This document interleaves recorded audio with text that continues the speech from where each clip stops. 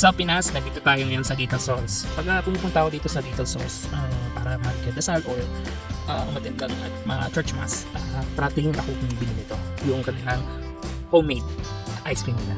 So yung in-order natin ngayon is yung mango. Ganyan. Wafer and ice cream. Ito yung ice cream sandwich nila.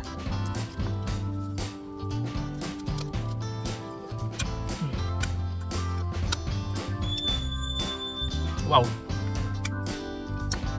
Hanggang ngayon, hindi pa rin nagbabago yung lasa nila. Sarap. So meron din silang pang flavor. Meron silang vanilla. I think may ube rin ata sila tsaka chocolate. Yung ibang flavor hindi ko alam kung ano yung kalimutan ko na eh. Pero if mapapass by kayo dito or pupunta kayo dito sa Little Sauce, don't miss na i-try itong ice cream.